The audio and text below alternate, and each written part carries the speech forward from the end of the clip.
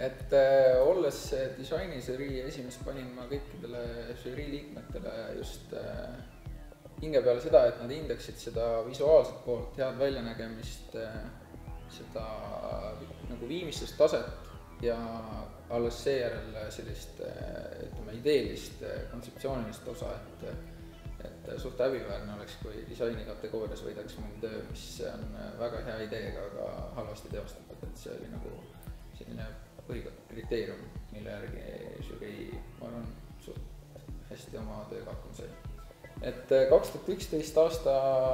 auhinnatud töödega võib rahul olla igati, et kõik auhinnad said välja antud õigustatult ja ma leian, et žürii tegi oma töö hästi, et võrreldes eelmise aastaga võib-olla, siis mis mind ennast pani imestama, oli see, et näiteks pakendi kategoorias, et oli sellised, kui varasematel aastatel on võimutsenud võib-olla igasugused plaadikujundused ja sellised tooted, mis laiadesse massidesse võib-olla ei jõua, et siis see aasta oli seda tarbekaupade disaini hästi nagu esindatud ja eriti just jookide poole pealt. Ja